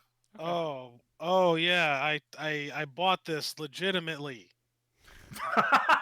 I hope totally bought this legitimately. I hope your legitimate copy is patched, Tyler. Yeah, I hope it is too. Totally not using an emulator or anything. Then you're fine. Oh no, if you're doing it that way, you're fine. If you're playing the Super Nintendo version. Yes. Yeah. Oh yeah. The actual the issue with the PC version was like recreating the NES version and like other shit. I think so. Yeah, it had to do with certain changes they made, or like yeah. It really had to do with visuals for the new engine. Yeah.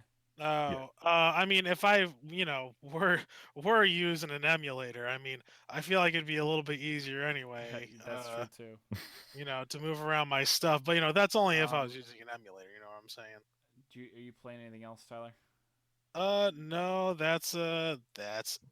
I'm finally getting back into some games. Hell Can't yeah. wait for that Luigi's Mansion next week. Can't Luigi. wait. Luigi's Mansion. Luigi's Mansion. I'm supposed to be finishing A Link to the Past. I got like 2/3 of the game, and Lost the will. I kind of just dropped it. Yep.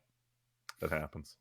So I still want to beat it though. as transition, since it sounds like you're pretty done, I have Wow. unfortunately. All right. Way to let me know you that I'm done. said Wow. that you were done. Wow. I never said I was Well, done. you implied it. I never said I was done. I never said All right, I no, was no, Are you done? Tyler, wrap up your week. done. No, it's fine. I'm No, you're only done? going. There we Yeah, go. no, I don't. It's fine. I got Oh, you I got were some done. events coming up. Oh. I got someone was it who's been in the family. He's leaving like to move somewhere else, so I gotta go to a party for that. I thought you were saying he's leaving the family. Oh, Peace, yeah, I'm out. nah. Name change. Yeah, no, it's like a family friend, but like he's been like pretty close, and he's like moving out of New Jersey, Hmm. so I don't know. Let's see. There's a lot of work going on, and I have some stuff coming up this weekend. I can't remember what they are, so they must not be that important. So yeah, Okay. that's my week. Going off of games that I should finish, Yakuza Kiwami, I was real into, and then like for a few days after my brother's wedding, I was really into him, and then I've kind of fallen off pretty hard. Part of it is like my Xbox controller's like connected to the Xbox right now, even though it's literally just plugging it in. But like, I don't know. I just And when the I'm hard on- work. Well, no. But also when I'm on the computer, I've been hanging out with you guys a lot. Okay. So it's been like I'm not on the computer that much for actually just playing. But I really should. Plus, I actually got back into. So last weekend, I streamed Command & Conquer Generals modded for the first time in a very long time, and I'm honestly thinking about doing it again because I've been having fun. But like I've been getting home the last 2 days and booting up Generals and playing like 2 quick games of that. I was actually playing one when we started the podcast, and I might honestly load it up and finish it if we don't play anything when we get off.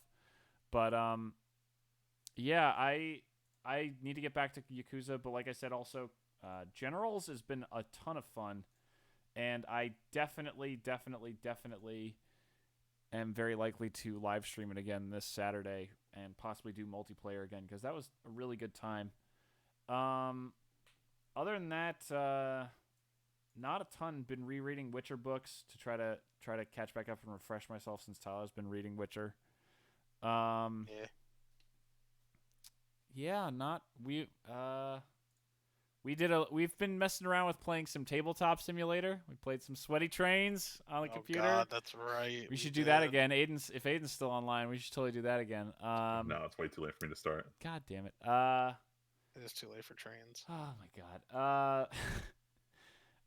But other than that, not a lot. Just trying to, enjoy, just relax a little bit before November, bunch of wedding stuff and the holidays start.